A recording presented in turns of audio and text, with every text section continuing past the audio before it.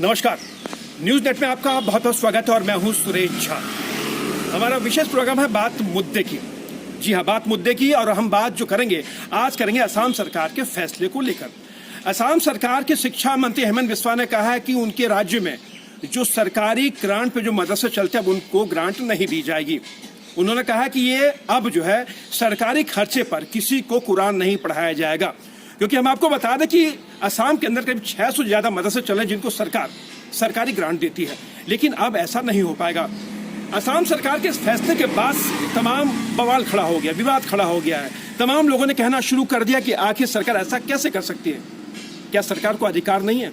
कांग्रेस तो यहीं तक नहीं रुकी, कांग्रेस ने तो यहां तक कह दिया कि आखिर कुंभ मेला क्यों करवाया जाता है? बताइए कि कुंभ मेले में अगर हिंदू आते हैं, वहां हिंदू स्नान करते हैं, तो कांग्रेस को दिक्कत है, क्योंकि कांग्रेस ये नहीं देख रही है कि वहां पर सरकारी खर्चे में जो मदरसे चलते हैं उनको अगर बंद करने का फैसला लिया है तो कांग्रेस को चुभ रहा है।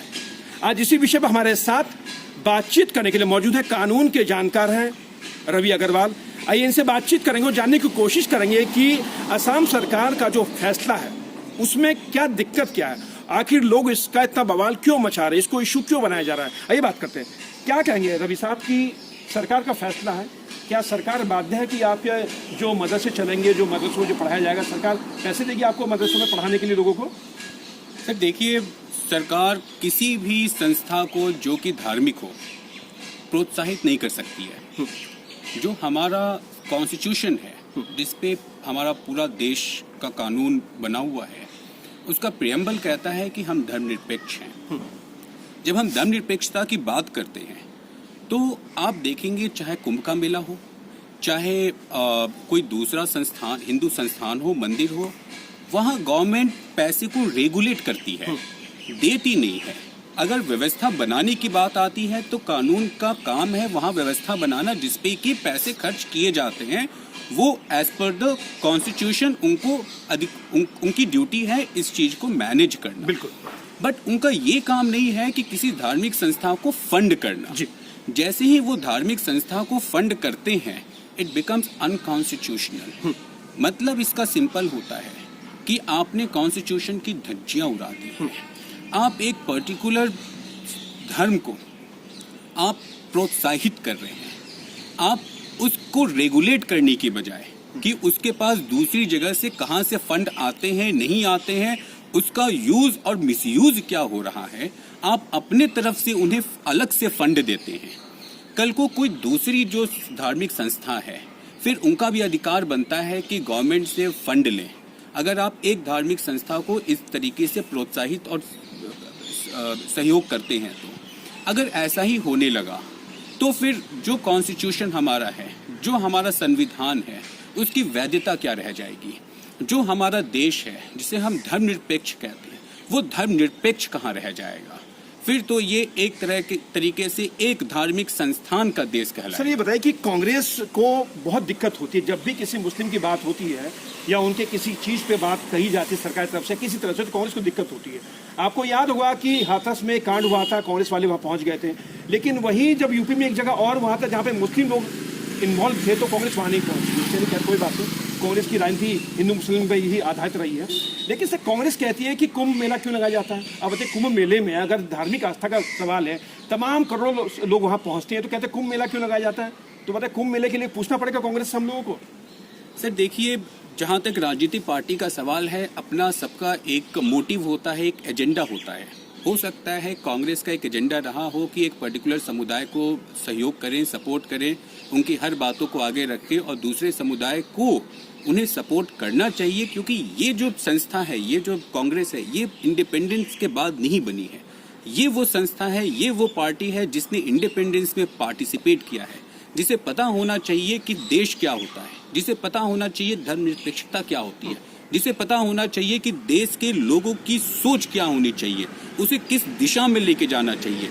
आज के दिन जो समस्या है कांग्रेस के साथ में वो ये है कि अपनी जो पुरानी धरातल है उसे वो कहीं ना कहीं खो चुके हैं। अब हाथरस का आप कांड ले लेते हैं। हाथरस कांड को अगर उन्होंने आगे बढ़ाया तो उस कांड पे उन्हें चाहिए था कि वो एक जस्टिस दिलवाएं, जो भी पीड़ित परिवार है उसे पॉलिटिकली टर्न ना करें। अब जहां तक कुंभ मेले का सवाल है, तो मैंने पहले भी बताया है कि कुंभ मेले को रेगुलेट किया जाता है, क्योंकि वहां पे भीड़ बहुत होती है। तो ये कानून का काम है वहां पे प्रॉपर फोर्स लगा के देखा जाए कि किसी की जान मान की हानि तो सर, ना ये हो। क्या कि अगर मदरसे बंद हो गए तो कुंभ मेला भी बंद होगा? कुंभ मेले को सरकार फंड नहीं करती है। कुंभ मेला ऑर्गेनाइज करने के लिए सरकार किसी तरह का टेंडर नहीं लगाती है।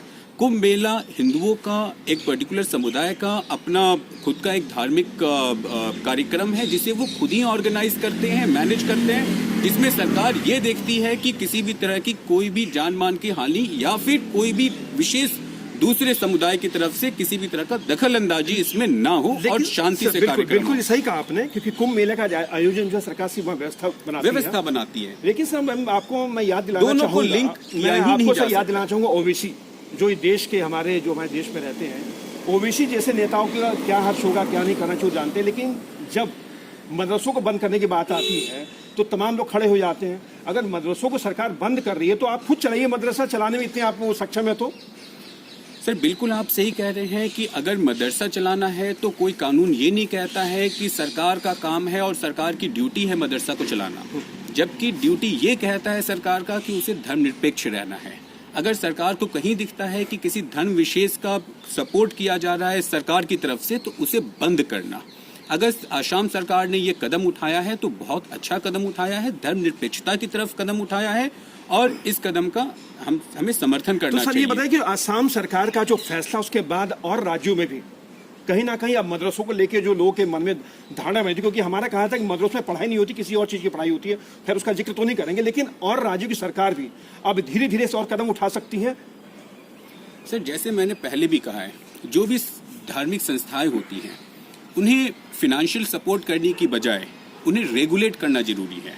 जैसे आप बाकी मंदिरों को रेगुलेट करते हैं, आप कुंभ के मेले में अगर फोर्स तैनात करते हैं तो आप उसे सपोर्ट नहीं करते हैं, आप उसे रेगुलेट करते हैं, आप उसके दायरे को सीमित करते हैं। वैसे ही किसी भी संस्था को, चाहे वो मुस्लिम संस्था की संस्था हो या हिंदुओं की संस्था हो, ईसाइयों की संस्था हो, आप सरकार का काम उसे फंड देना नहीं है। सरकार के पास और भी समस्याएं हैं, गरीबी की समस्या है, बेरोजगारी की समस्या है, पढ़ाई लिखाई से संबंधित समस्याएं हैं, बच्चों के जीवन यापन की समस्या है। उन समस्याओं में सरकार को पैसे लगाना चाहिए, ना कि किसी धार्मिक संस्था को आगे प्रोत्साहित करने में। सर आपने सही कहा कि सरकार एक धर्म निरपेक्ष होती है और सरकार को एक धर्म को नहीं देखता, तमाम धर्मों को देखना पड़ता है। लेकिन हमारे देश में कुछ ऐसे जयचंद हैं जो कहीं ना कहीं फैसले पे, सरकार के फैसले को नजरअंदाज करते हैं। मैं ओवैसी साहब का जिक्र करूंगा, ओवैसी साहब रहते तो हमारे देश के अंदर यहाँ के सांसद भी हैं, सब कुछ है, लेकिन बात जब होती है किसी चीज तो सरकार की तमाम जो नीतियां होती है उसका विरोध करने के लिए उतर पड़ते हैं वो। देखिए साहब, ये उनका अपना पर्सनल एजेंडा हो सकता है, बट कहीं ना कहीं कोई भी अगर सरकारी कानून बनता है या फिर कोई भी सरकार की तरफ से कुछ कदम उठाया जाता है तो जरूरी नहीं है कि आप हर चीज का ही विरोध करें। राजनीतिक पार्टियों को ये जरूर सोचना चाहिए कि विरोध करने के साथ में उन्हें कुछ ऐसा कदम ना उठाएं जिससे देश की जनता को परेशानी हो। अगर आज के दिन वो मदरसों का सपोर्ट करते हैं तो उन्हें इसका कॉन्सिक्वेंसेस समझना चाहिए, इसके फार रीचिंग इफेक्ट को समझना चाहिए और ये भी कोशिश करना चाहिए, चाहे कितना भी विरोध हो, किसी भी तरीके से विरोध हो, वो कानूनन हो और संविधान के दायरे के तहत हो। चलिए सर, आपका बहुत बहुत धन्यवाद। ये थे रवि अग्रवाल जो कानून के जानकार थे। हमने इनसे इसीलिए बातचीत की, बात मुद्दे की, क्योंकि कानूनी पहलू पूछा, कानून पहलू क्या कहता है।